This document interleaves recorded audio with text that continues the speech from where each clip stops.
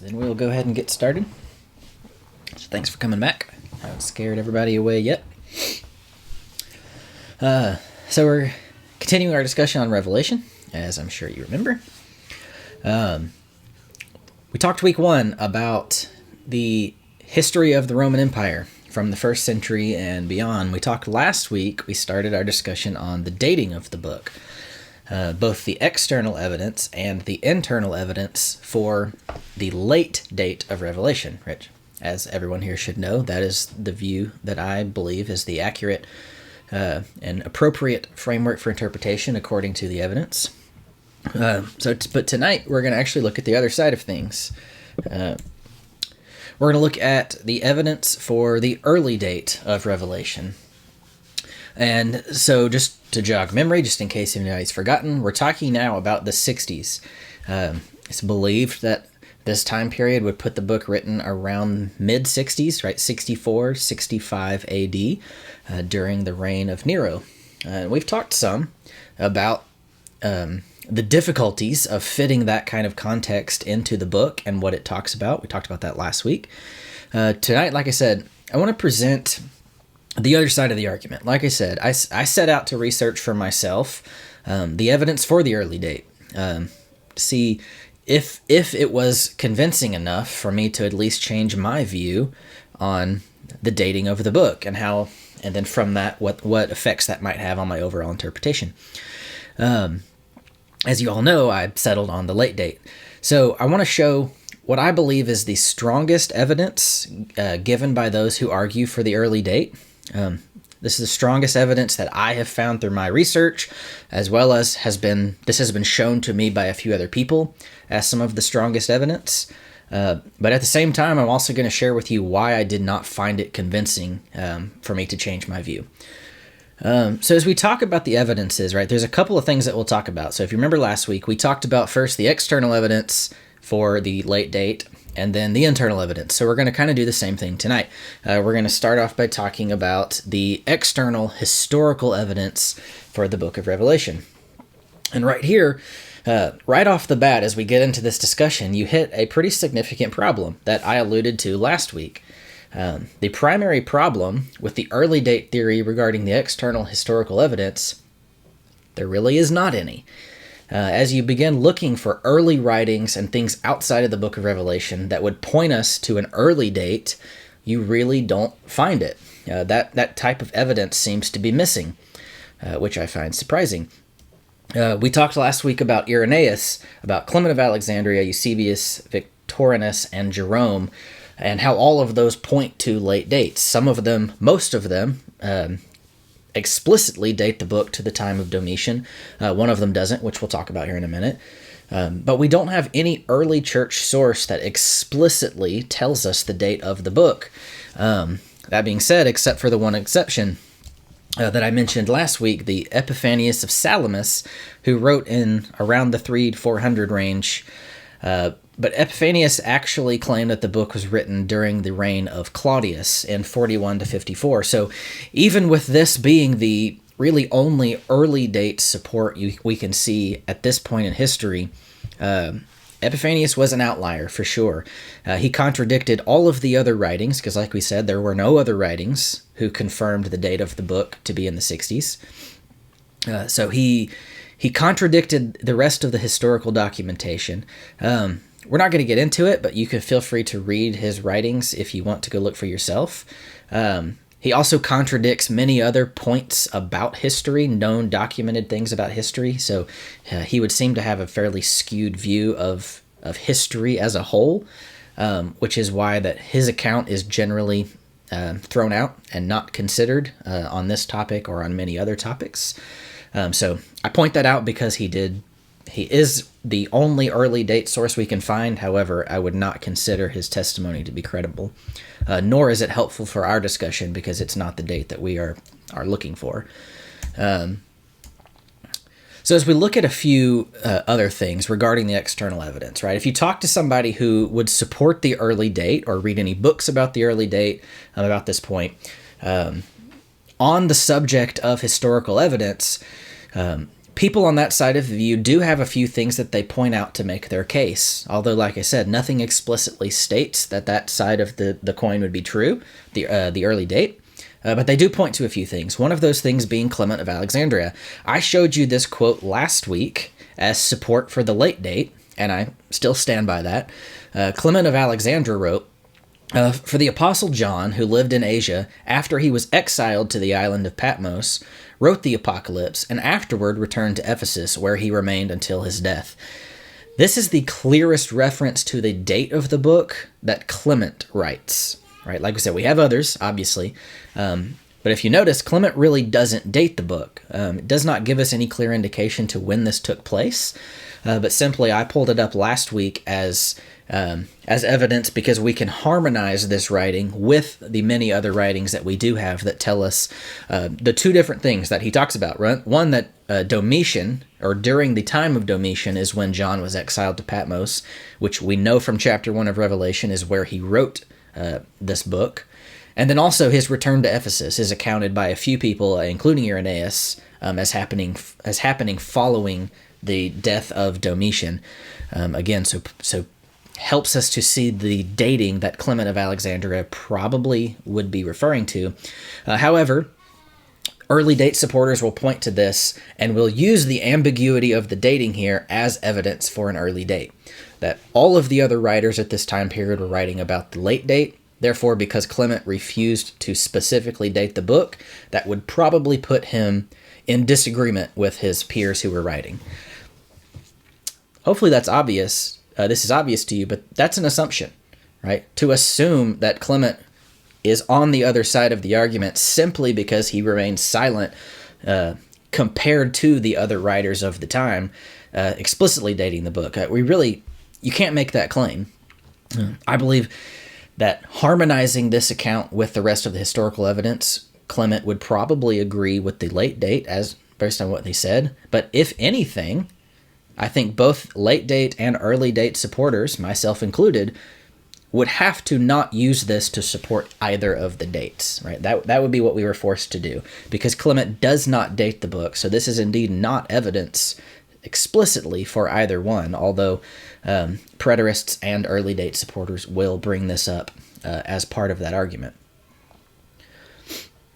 Stephen.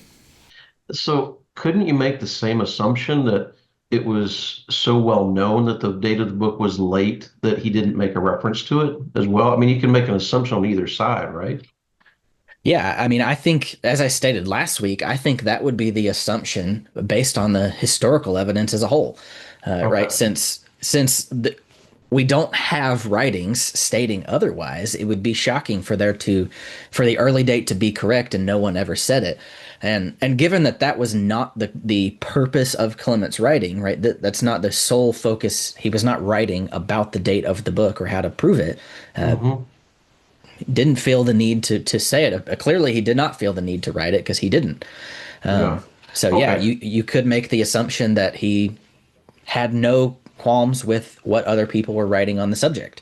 But again, those are assumptions, right? Yeah. I think they're fair assumptions, right? I don't think you're wrong in that point. But if anything, right, I would cede to the point that this will not help us support the date, if Yeah. anything, because we can't allow it to support either date explicitly. Correct. Yeah. Oh, thank you. Yep. The other um, the other piece of external evidence that the early date supporters will often point to is Irenaeus. Again, another quote that I showed last week from the writings against heresies. This is in Book 5, Chapter 30, and it's actually sections 1 through 3 where he talks about this subject, if you want to reference that later. But this quote comes from section 3 of Chapter 30 of that writing. I'll go ahead and read to you. We read this last week, but Irenaeus writes, "For if it were necessary that his name should be distinctly revealed in the present time, it would have been announced by him who beheld the apocalyptic vision," right? So he's talking about John, right? And the name he's talking about being revealed is the identity of the beast and explicitly the mark of the beast. That's the conversation that he's having. That it's hard to really know who that is. Very specific context. We're going to get to that later. But talking about John, he says, by him who held the apocalyptic vision, him, John, for it was not seen very long time since, but almost in our day towards the end of Domitian's reign. So speaking about John's receiving of the apocalyptic vision, revelation, he says that it was seen not long ago in the time of Domitian. I think this very clearly dates the book of Revelation to the late date. However, preterists and some early date supporters will use this to make the opposite point. And the way that they do this is by saying that we have all misunderstood what Irenaeus was intending to write here. A few different arguments that they'll make. One of them, and the most primary one you'll see, is that what Irenaeus intended in his writing was to say, for he, John, was not seen very long time since, but almost in our day towards the end of Domitian's reign. That John had not been seen by his peers, like Polycarp and a few others, since the time of Domitian. That Irenaeus is not writing about when John saw the apocalyptic vision. Immediate problem? That's not what Irenaeus said. You have to change a word to get that meaning, right? Irenaeus said, for it was seen not very long ago. Greek scholars and people who understand the grammar of that language way better than me have studied this statement, and it is unanimously agreed by almost everyone that the grammar indicates John is referring to it, the apocalyptic vision, not a person, not a man, not John. The grammar does not support that claim. You have to really manipulate what Irenaeus is saying here to change the meaning to him talking about John. And the other argument that's really made, which goes along the same vein here, is that rather Irenaeus is writing that John was simply exiled during Domitian's reign, but that it is more likely that Revelation was written before his exile. I don't agree with that for a couple of points. One, like I said a second ago, that's not what Irenaeus is saying. He said, for it, the apocalyptic vision was seen during the Domitian's reign. It's very clear that's what Irenaeus intended to write. And also, we know John wrote during his exile, that he did not write prior to his exile. John tells us that explicitly in chapter 1 of the book. That there's no reason to believe he wrote it before his exile on Patmos. And again, that is not the view that Irenaeus writes, or the stance that Irenaeus writes from or speaks from. If you go read the rest of the section, I told you, sections 1 through 3 here, this is at the very end of section 3. It's complicated and it's technical in what he's talking about. But in its context, it is very clear what Irenaeus meant in this context. And I think you can probably see that as you read this. For it was seen not very long time ago. He did not say he. He was not referring to John. So we cannot use that argument. So that really brings us to the end of the discussion on external historical evidence. There really isn't any. And in fact, the only arguments that can be made for the early date is really to refute the writings that are very explicit in their dating. To me, at this point in the conversation, right, I mentioned this last week, but as you compare the external evidence for late date and early date, I believe the evidence overwhelmingly supports late date. It's very hard for me to take the view of an early date when simply looking at external historical evidences, because they simply just do not exist and they have to be forced for an early date. So a rather short discussion on that type of evidence. So as we move forward now, we're going to look at the internal evidence for the early date. And there's really only a few primary arguments that are made.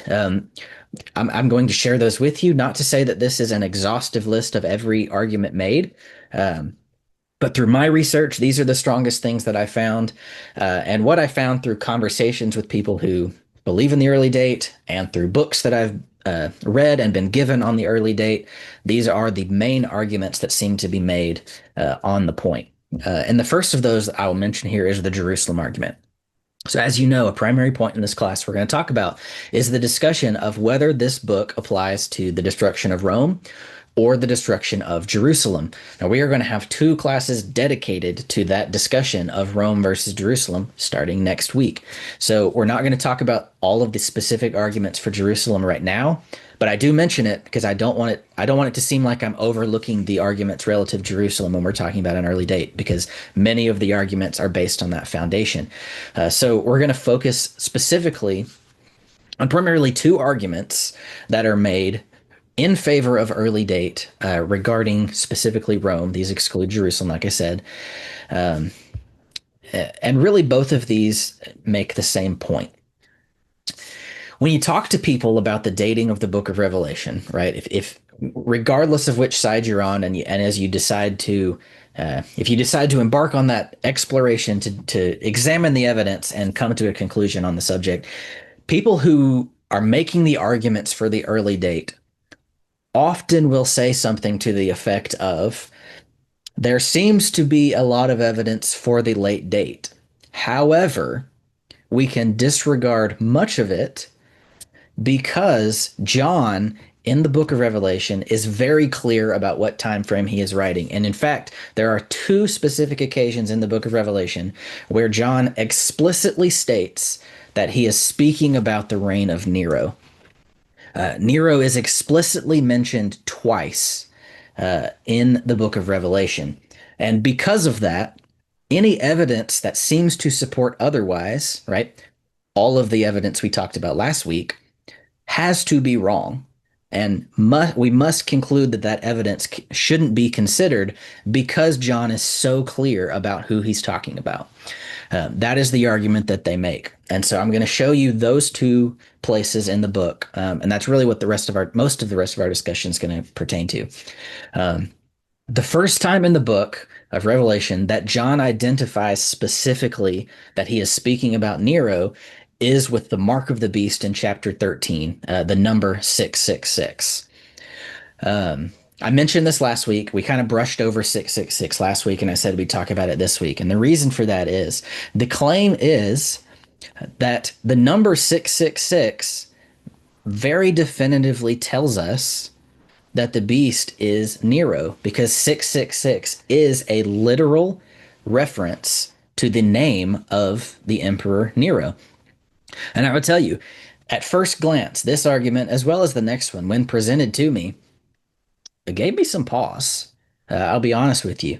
It seems, at face value, pretty clear and pretty compelling, the argument that they're making.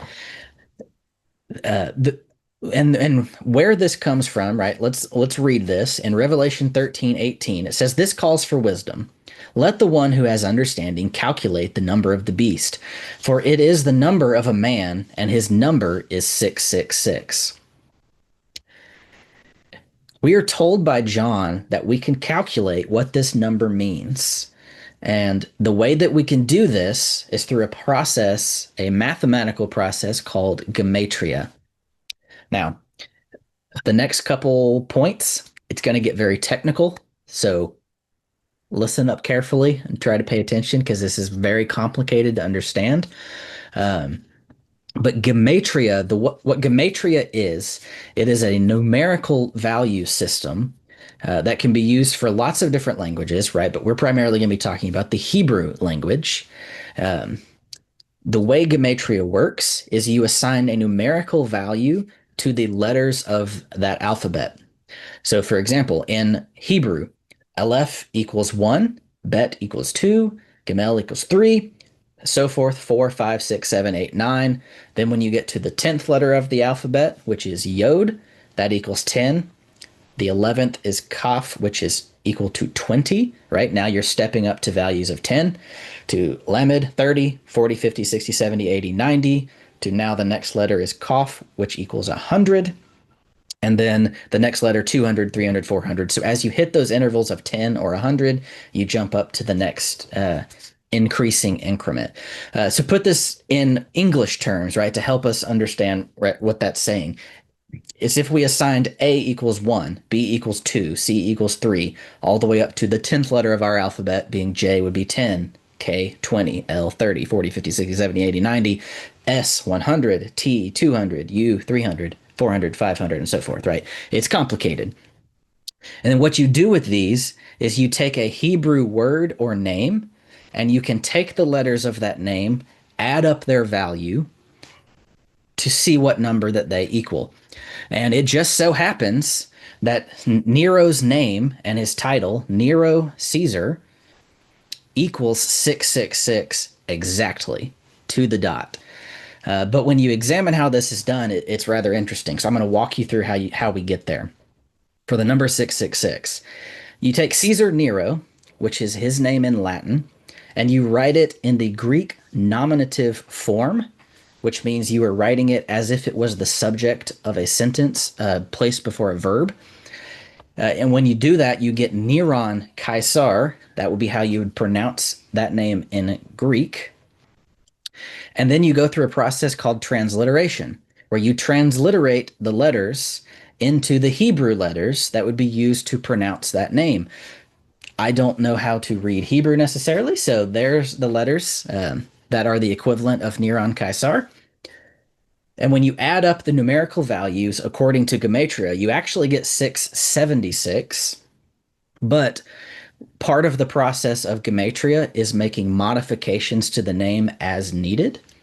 And if you notice, the pronunciation here at this point is Neron Caesar, according to what was transliterated into Hebrew.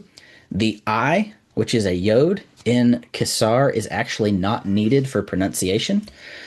So you can drop the I, which is a value of 10, which gets us to 666. And so that would be pronounced Neron Caesar, right? So you notice that yod is completely unnecessary. Caesar with an I or Caesar with no I, pronounced the same way. Therefore, it's valid according to Gematria and transliteration. Long-winded way to get to 666 from Neron Caesar. This is one of the strongest arguments that you'll be presented with on the topic of the early date. There could be no question John is talking about Nero because 666 equals Neron Caesar or Caesar Nero. There's no chance that that is just a coincidence. Let's talk about that. There are a few problems with this theory. You probably notice a few, but let me share my thoughts on the subject. The first problem that I would see, right?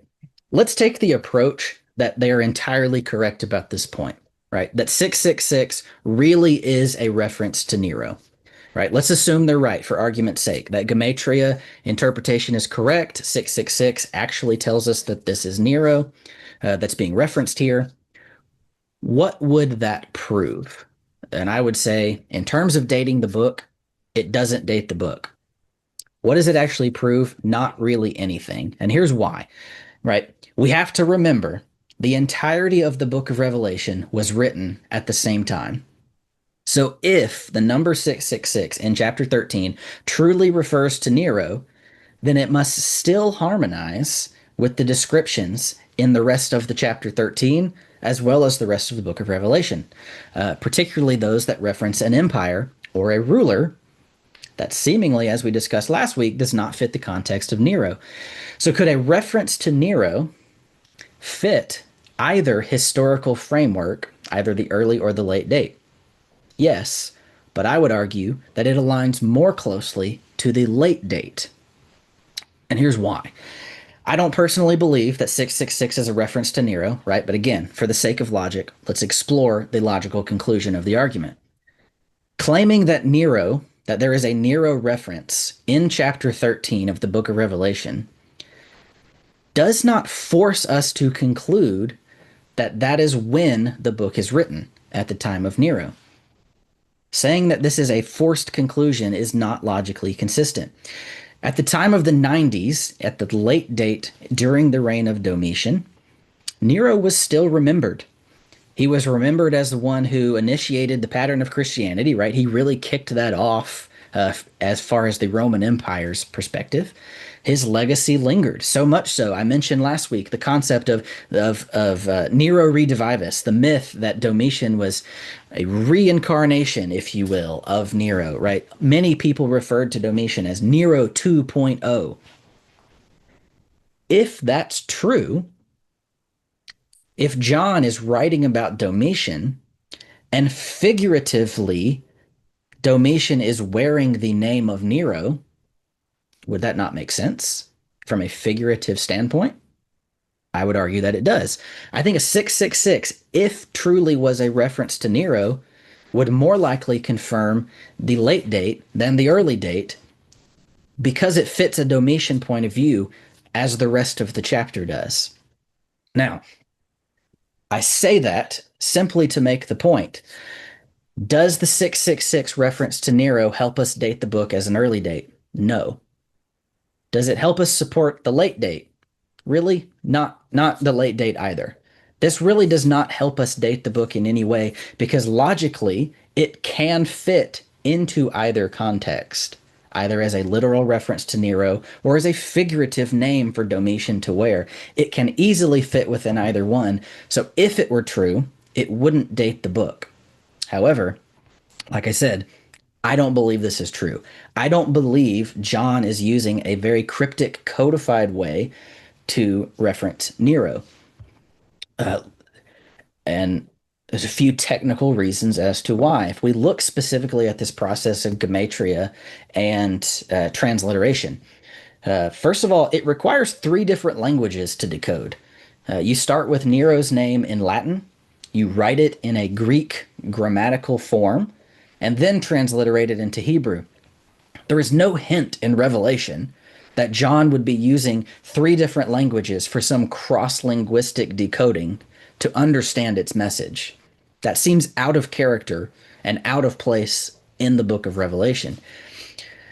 And also, it is unlikely that the common Christian at this time would know all 3 of these languages or would know the mathematical process of gematria, right? Although all 3 languages existed, gematria existed, those were not common knowledge things, and not that all of these people would have had. John would be employing a very cryptic way of conveying a message to these people that they likely would not have understood.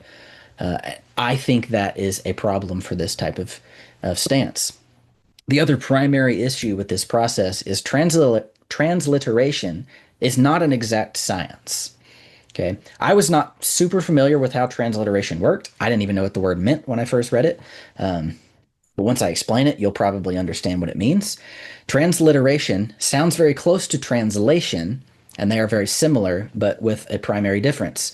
Translation, as we are usually familiar with, takes a word in a single language and tries to convey the meaning through use of words in a second language. Example, right? We have the Arabic word Allah, right? Which is translated into the word God, right? That's the Arabic word God. That is translation. Transliteration is using the letters from a second language to convey the sound or pronunciation of the original language. So Allah transliterated into English would be Allah using English letters, right? That's transliteration. The reason that this is not an exact science is it allows for multiple acceptable spellings, right? Let's think about my name, right? Cody, C-O-D-Y, right? If I'm trying to pronounce that using letters from any language, how many letters in the English alphabet could you use for the k sound at the beginning of Cody? C, K, C-H, right? In some words. If it's at the end of the word, it could be CK, right? Think about E, right? Cody at the end of my name. It could be a Y as I spell it. It could be an I as some people oddly spell it. It could be EE, it could be EY, right? There's lots of different ways you could spell to maintain a pronunciation. That is true of transliteration. There are many different ways you can spell any word to maintain pronunciation, which is the goal of transliteration, simply to maintain that pronunciation. You can spell it different ways. Certain letters can be added or dropped, right? If you think about my name, you could add an E between the D and the Y and still maintain, right? If your name was spelled that way, you could drop the E, right? There's the same thing, right? There's different ways you can manipulate a word to get to something that you want. Vowel sounds are often inferred, therefore are optional, right? We saw that in the use of, let me move forward here for just a second and I'll show it to you. In the name Kisar, right? Neron Kisar, that's why the yod is dropped, right? Because the vowel is inferred. You don't need the I to get the pronunciation. It's not needed.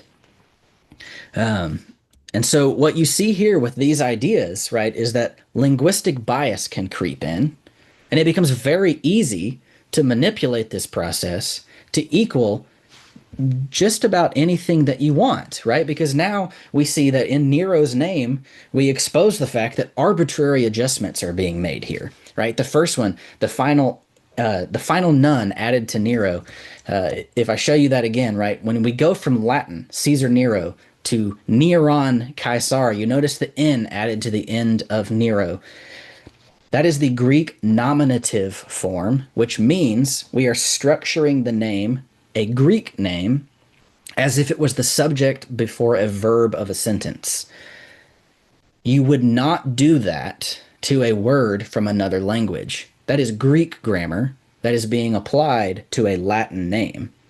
That is not accurate. You would not do that in any context, which is why Nero was never referred to Neron Caesar in any context ever, because you don't do that. That's not how grammar works. You cannot apply grammar from one language to the structure of another, but that's what you have to do to Nero here.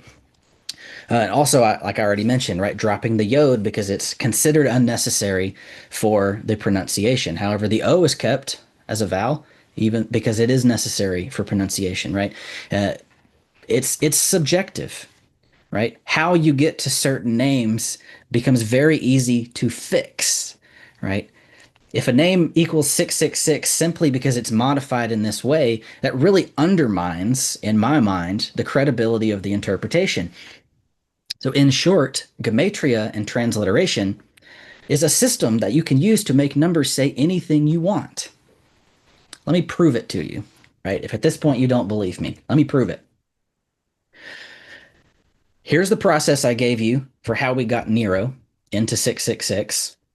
I'm going to propose to you that I, Cody Lane Chesser, am the beast of Revelation, okay? And I can prove that to you using the exact same process used on Nero's name. Take my name, it's currently in English. I'll give you the option of whether you want to write it in Greek form or not, because believe it or not, unlike Nero, you don't actually have to translate my name into Greek to do it, but you can. It works both ways. These are the Greek letters that would mimic the pronunciation Cody Lane Chesser in Hebrew, right? It's not translated, it is transliterated. The closest transliteration would put the value of my name at 430. However, we've got some options. The letter that makes the ch sound at the beginning of Chesser in Hebrew is often swapped out with these three letters, which the closest English would be tsh, right? Ch, to get the same pronunciation. That's a commonly thing done in Hebrew. And with that simple change to my name equals 666. Isn't that convenient? It is. It's very convenient, right?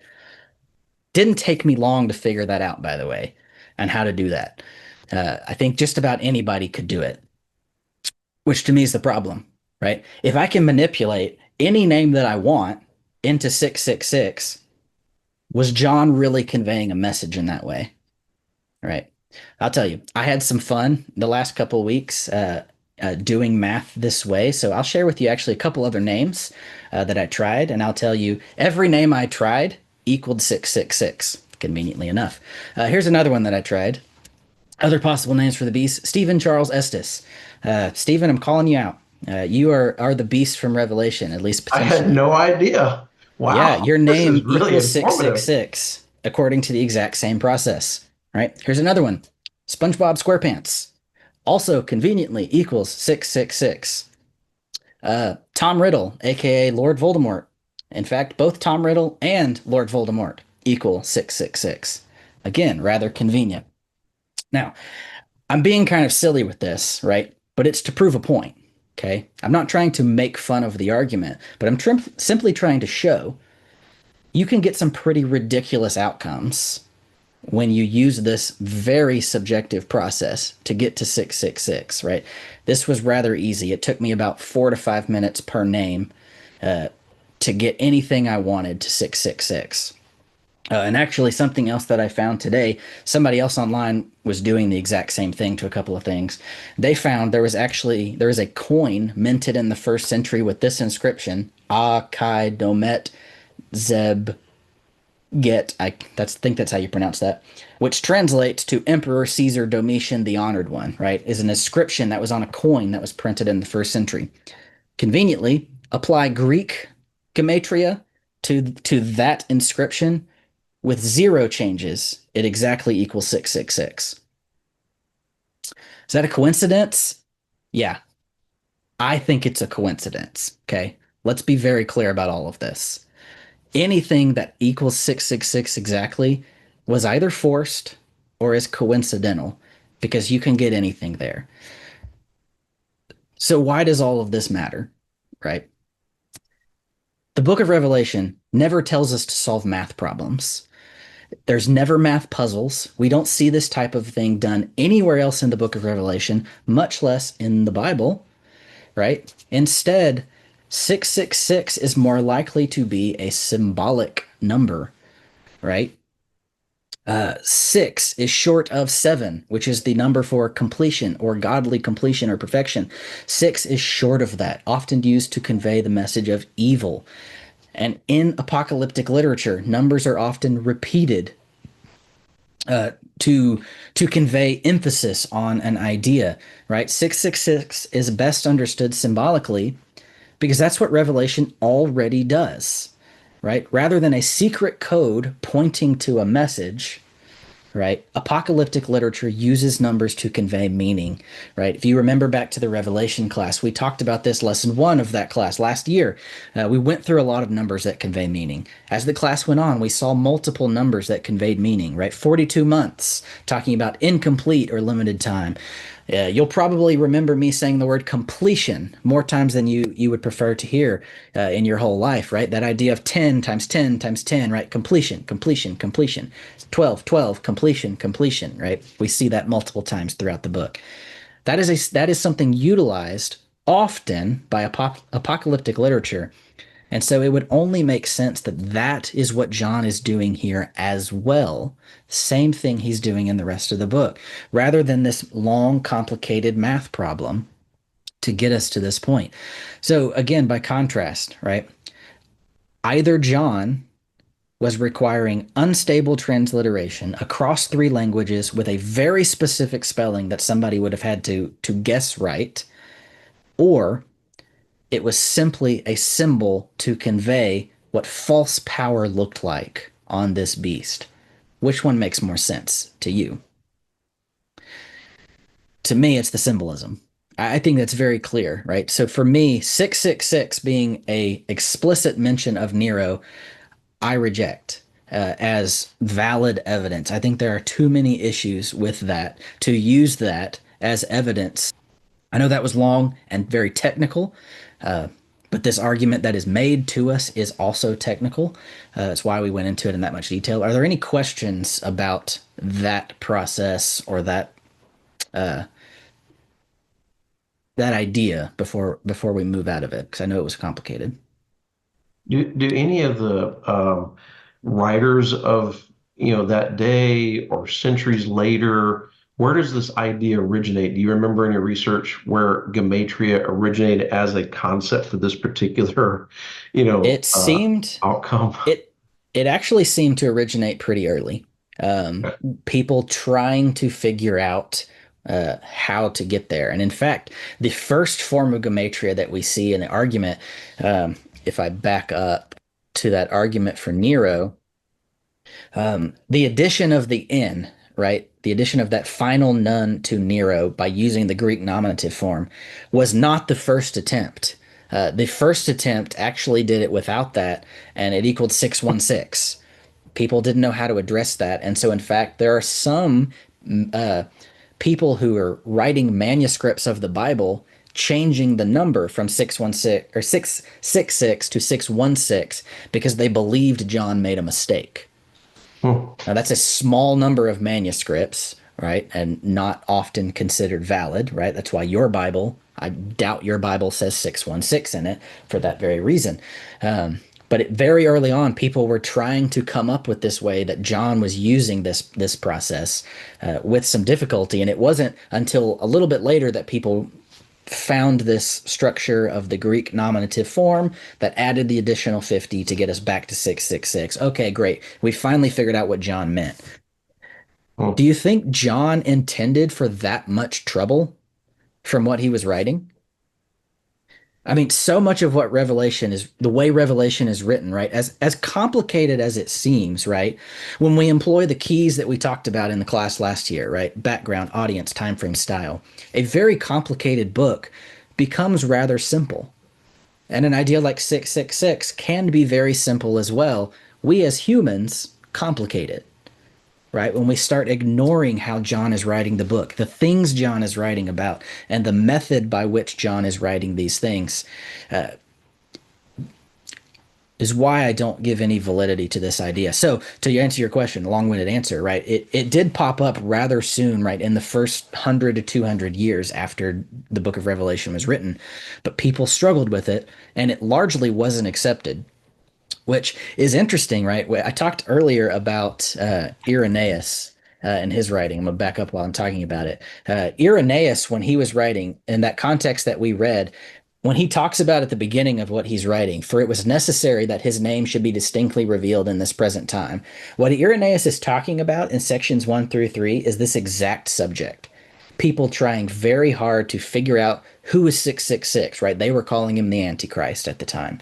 And who is 666? Who did John mean this to be? And Irenaeus is pretty responsibly saying, I think everybody should stop, right? We're speculating way too much about this whole 666 idea and trying to come up with all these things. And there's actually a lot of writings people figured out very quickly the same things I'm talking about tonight, right? A lot of names could be manipulated into 666. And Irenaeus points that out to say, if we can so easily push so many names into this point, there's no way this is the way we should be looking at this. It's So not an appropriate Irenaeus, approach. so Irenaeus was making the same point you're making tonight back then.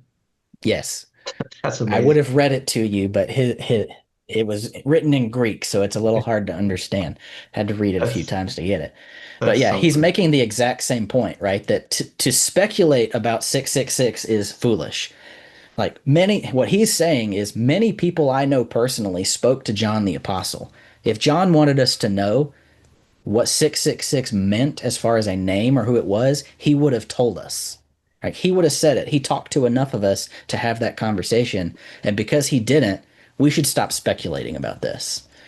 Um, and that became probably the more predominant view on the subject. Although, again, some, especially as you get a few centuries later into the Catholic Church and they start really documenting and formalizing their canon and things like that, the 666 and the 616 arguments based on your translation, those have been continued largely by the Catholic Church and some others, where if you get a Hebrew Bible by some, it will read 616 instead of 666 for that reason, right? Although I think that's a translation error made by a few early on.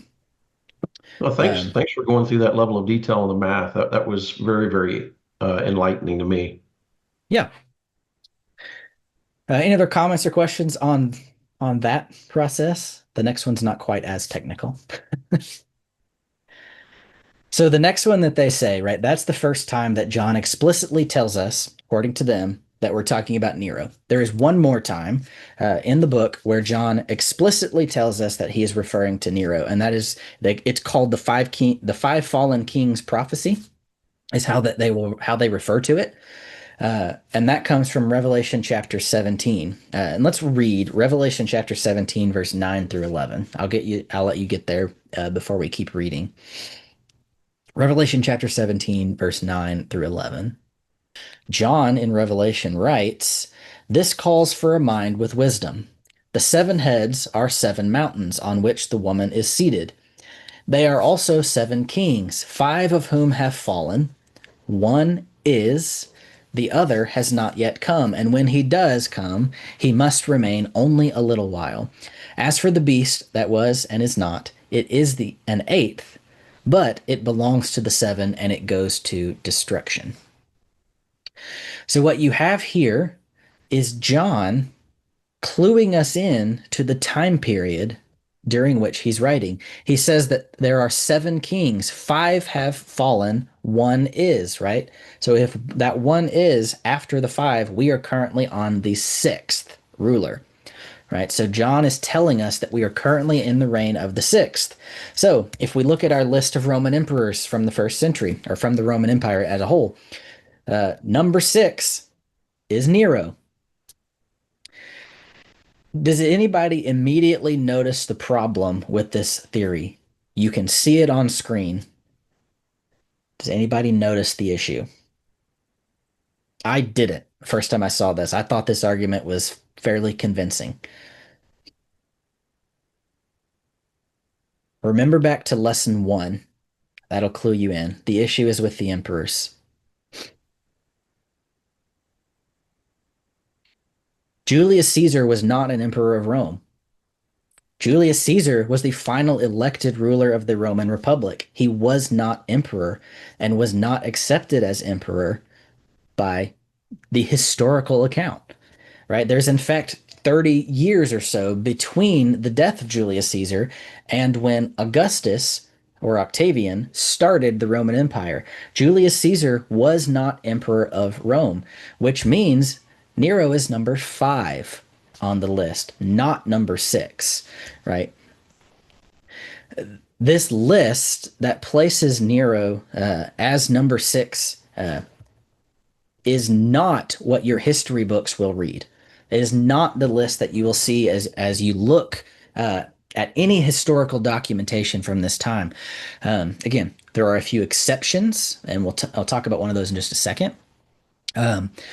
But it is widely known that this is the list of emperors, Augustus being the first, placing Nero as number 5. So Nero cannot be the one who is if we are taking things literally. So this list that does place Julius Caesar first really comes from primarily one source.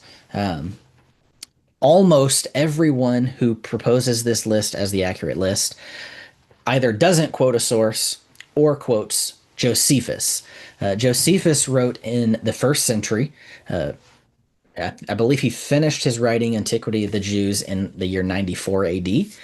And in that writing, people claim that Julius Caesar, according to Josephus, was the first emperor of Rome, that Josephus was correcting the historical account.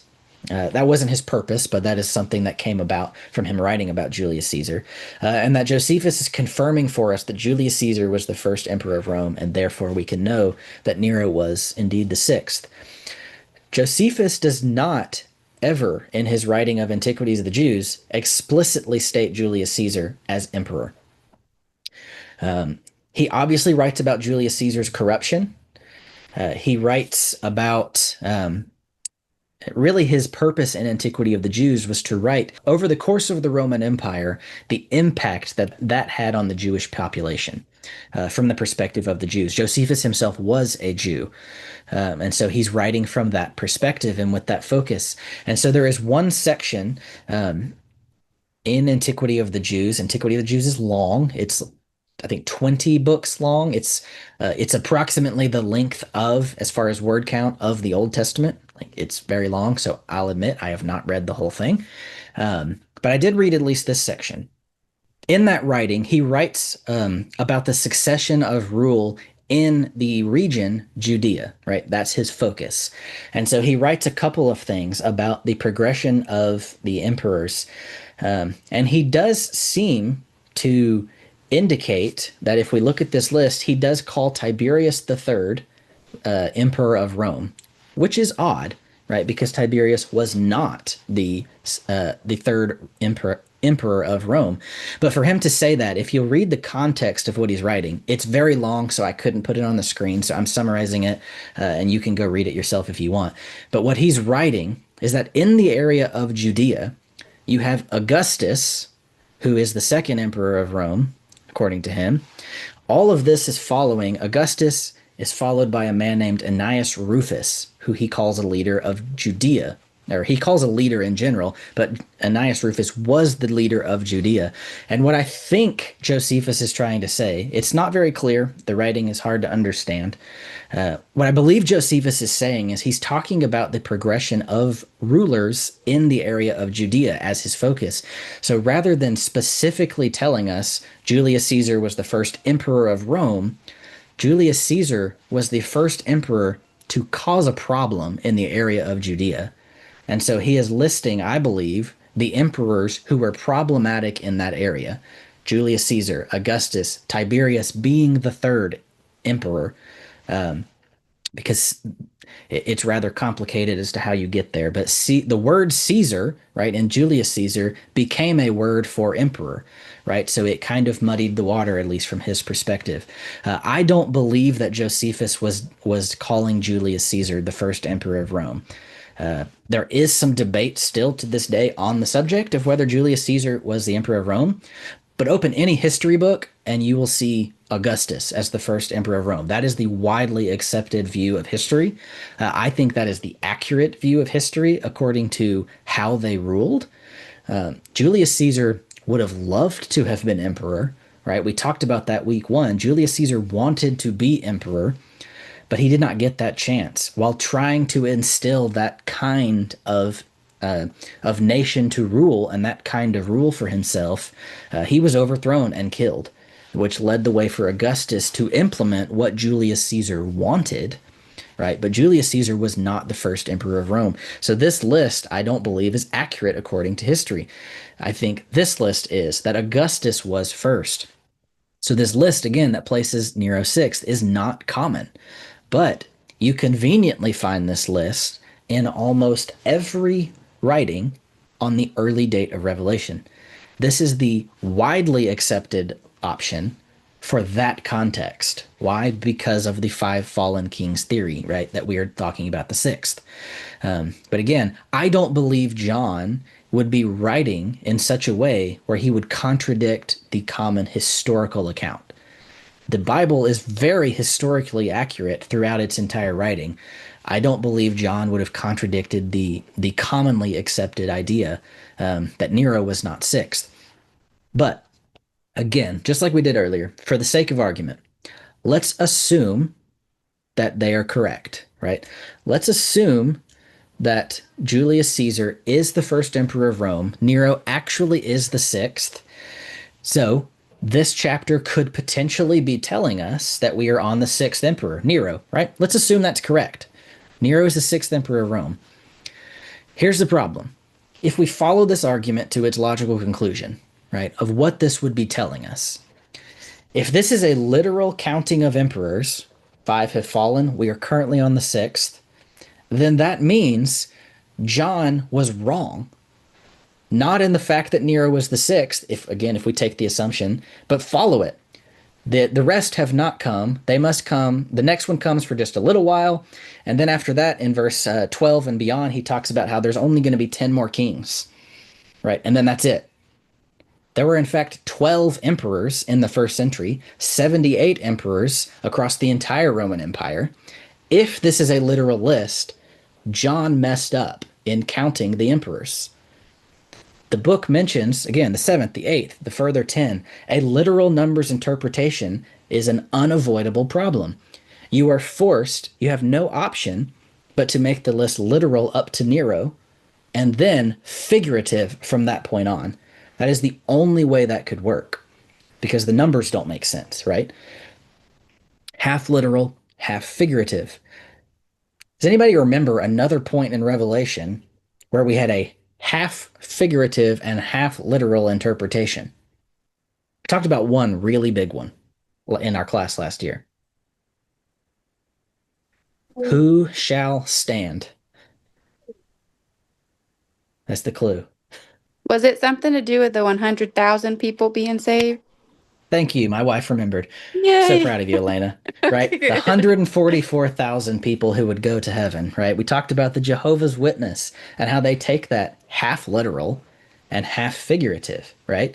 144,000 people are going to heaven. But what does Revelation tell us? 144,000 who? Israelites, right? But the Jehovah's Witness, that part's figurative, right? 144,000 literal. When we talk about that in class, it's surprising that everyone, almost everyone in class, outside of Jehovah's Witness and most others, understand, yeah, that doesn't really make sense, right? To jump back and forth from figurative to literal. That is exactly what the five fallen kings argument is doing. It is forcing us to split our interpretation, half figurative, half literal. That would not be accurate. The better approach, the more consistent approach, is the same one we employed with 666, an entirely figurative one in regards to these kings. I believe that the interpretation of this text, to be consistent with the rest of Revelation and how it employs numbers, 7 is figurative, speaking about the completion of Rome's political power and the persecution of God's people. We are figuratively on the 6th, right? With 7 conveying the same idea that it has throughout this book, the idea of completion or godly perfection, right? We are almost complete. We are almost done, almost at the end. Because we are told the 8th figuratively will not come, right? The 8th will go to destruction. It is at the 7th that we will complete this matter, right? At this point in the book of Revelation, we're almost at the end of the story. Narratively, it would make sense for John to be saying here, we're almost done. At this point in the story, and at this point in the historical context, right? The entire book of Revelation is this exact idea. From cover to cover, chapter 1 to the very end of Revelation, John makes it clear. The events of this book are coming soon, right? The idea that we are at the end of the beasts that are talked about, as well as the harlot that is in this chapter that we're looking at now, are coming soon, and they will be destroyed. So it makes a lot of sense now for us to figuratively be on the 6th ruler, almost complete, right? I believe that better fits the narrative of the book, and it avoids the split interpretation that you're forced to take with the five kings fallen theory. So this would push us to fit a Domitian era much better than a Nero one, right? We remember back to lesson 1. I talked about this, right? How the Roman Empire, following the death of Domitian, was unstable. The strength was declining. No emperor after Domitian was able to restore stability to the Roman Empire. I believe that following Domitian, the empire had no chance of survival. And I think that's what the book of Revelation and this text is telling us. The 8th would lead to destruction. Everything that came following where we are right now would lead to destruction. And that's what we saw in history. Everything after Domitian led to the destruction of the Roman Empire, and no emperor was able to swap that around. Stephen, you have something to add? I just want to ask you a quick question on that text. I mean, if you took it literally and it was Galba, then someone who's trying to argue the early date would still say, well, hey, there it is, 69. It was still early. So still, it kind of but it doesn't give you any true evidence. But what I was going to ask you about is that verse 11 of chapter 17, when it says the beast that was and is not is himself also the 8th and is of the 7. To say that an 8th is of the 7 violates, in my mind, I mean, the idea of it being literal. How could you be the 8th if you're of the 7? So grouping that together as the 7 kind of makes it feel more figurative. Does that make sense, or am I missing the point? Yes, I agree. I believe that when it talks about the 7, it's talking about the entirety of Rome's power from beginning to end, right? The Which I think, to your point, anti-Christian nature, right? Anti-Christian kind of movement or that power that's against them, right? I think that, as well as the political power as a whole, right? Because Okay. after Domitian, you see that power in the world drop off. Yeah. Yeah, and to your point, you definitely see Christian persecution drop off significantly. Not completely, right? It continued on for a while, but never to the degree that it did under Domitian, right? The world, especially for Christians, was a very different place in year 97, right? The year after Domitian is gone. It is a very different world that would fit this interpretation, right? Of hitting number seven, and now I believe, like you're saying, number eight. It's a part of the seven, right? It's a part Yes. of that power and that same idea, but it is a Yeah. Yeah. figurative representation Yeah. of ongoing power, right? That's That's why some people make the claim, right, that we can't be talking about Rome, and I'm getting ahead to next week's class, right? Because Rome continued on, right, after this time. Rome didn't really end soon, but we see that decline start immediately, right? That power went away very quickly, and this text here, I think, supports that, right? With the eighth being part of the seven going to destruction. It mentions a little bit later, right? The 10 kings. Um, where does it say that?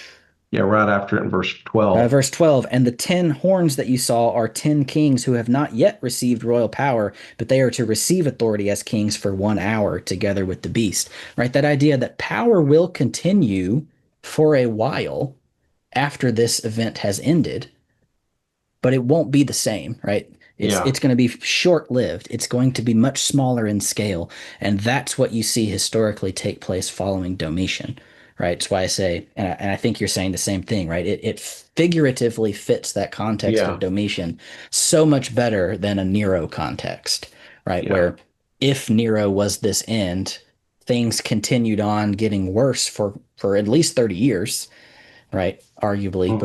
before they fell off. Hugh, did you have something to add? Question. Mhm. So this enumeration or the numbering of the Caesars really has it doesn't really matter. It's not a numbering of the Caesars. It's Correct. the period of the rulers of the Roman Empire. Correct. Is That's that what I think clear? it's That's correct. representing. The entire Okay. period, regardless of how long we think that is, right? Uh, Right. Julius Caesar to Domitian, Julius Caesar to this point, Augustus to this point, right? I don't think the numbering matters, right? But that is the argument being made here, right? That the number does matter, Right. that the number is literal. But it's the Did that answer your figurative 6 versus 7, correct? incomplete versus complete. Okay. Thank Yes, you. it's that time progression, right? If seven is the total, we're on six, right? We're Right. almost done. The end is Gotcha. soon, right? And that soon idea fits the narrative context of Revelation, that we are almost done, right? So the symbolic nature of this chapter would fit that context much more than the literal context. Um, Thank you so much. yeah. So anything else? I was just going to ask, on that verse 9, when it talks about the seven heads of the seven mountains on which the woman sits, I guess some would argue that's the seven hills bordering the Tiber on which Rome was built, I guess at that time, that they would take a literal. But again, I don't know that I can take that literally. It may be just, hey, it's all of Rome. Yeah. This is what we're talking. I don't know. I just want to get your thought to Yeah. be consistent. Well, I think that could be correct. figurative as well. There's actually multiple points in the book where that happens, right? Where Yeah. something is said that really seemingly seems to be literally referring to Rome, but every single one of those points, I have a very hard time taking the literal approach. Not to Yeah. say I fully understand what it would be figuratively. I'm not saying I have a perfect understanding of the book, right? But like that is a great example, right? Seven kings, often used to refer to the seven hills of Rome, right? Which is a geographical reference to Rome that was common at the time. Another one, just along that same idea, right? I think it's in chapter 16 when the bowls are being spilled. It says that the bloodshed would be, I think it was 200 stadia, which is conveniently the width of Italy at the place where Rome sits in the country.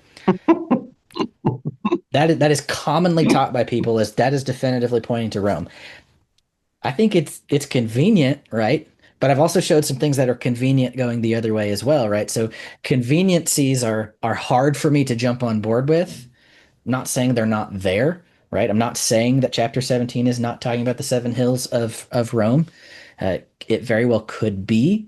But yeah, I do have a hard time pointing to some of those literal things and being consistent in interpretation. So Yeah, I agree. I agree. I just want it's to bring that out. I don't fully know how to deal with some of those. I will admit that, right? Yeah, no, I get it. I get that's why I'm bringing them up because that if I were trying to make the counter argument, that's what I would say if I wasn't, if I was just trying to make a point and like, argue with you. Mhm. But I can see how I mean, to be consistent, it's very difficult to take literally the descriptions here, but it's obvious, at least to me, it makes sense what he's trying to describe as being Rome. The point is getting across, right? Yep. Without having to be so precise on the. Yeah, we don't need the Seven Hill reference to understand he's talking about Rome. I think Yeah. that's what you're saying, right? Yeah, Yeah, that's what I'm and saying. we're going to talk more about that next week too. We're going to talk about Rome versus Jerusalem because some of those get into that territory, which is fine. Um, so so I will close this section of class by talking about this, right? That these two arguments, right? The identification of Nero is what many people hang their hat on in regards to an early date. Not everyone, right? Not that's not a blanket statement to say everyone does, but many of the sources that you read on this subject will point to those two things and they will say because these two things are so clear to us that they are talking about Nero, all of the other evidence stating otherwise should be thrown into question.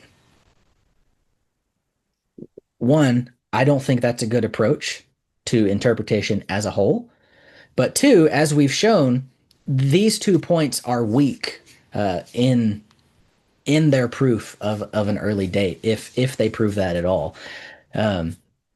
That this is one of the primary reasons that I started this class off with that realization, right? The entirety of the book of Revelation is written at the same time. If anyone on this call, anyone listening to this recording in the future, doesn't matter, takes an early date view of this book, what I would caution is making the mistake of throwing out legitimate evidence on the other side, right? Because I have to make that caution to myself as well, right? Not to just throw these things out and really put them through their paces and examine them, right? We talked last week in detail about how chapter 13 points us to Domitian. The reason we did that is one, because it's evidence, but two, because if you want to take the 666 reference to Nero as well as this other one, and if you find credibility to those things and believe that Nero is in those contexts, you have the responsibility to harmonize them with the rest of the narrative of the book of Revelation. If Nero's there, it has to fit with everything else. So you have to deal with the context of persecution and how the large scale of persecution and the specific actions being taken by the beast in chapter 13, as well as some of the things that we'll see about Rome and things next week, right? All of these things have to be harmonized together. Otherwise, these identifications of Nero should not be enough to convince you of an early date simply on their own. With that point, we're going to stop class there. We're going to continue next week. We're going to talk about Rome first and then Jerusalem, but really around that idea of which of those two is this book talking about. And there is, like I said earlier, there is some dating arguments being made in those as well. So we'll talk about those next week. Any other comments or questions on anything we've talked about tonight? Thank you for your work, Cody. Yep. Yeah, All right. thank you. We'll Good end it job. here. Thanks for participation. See you. Thanks, Cody.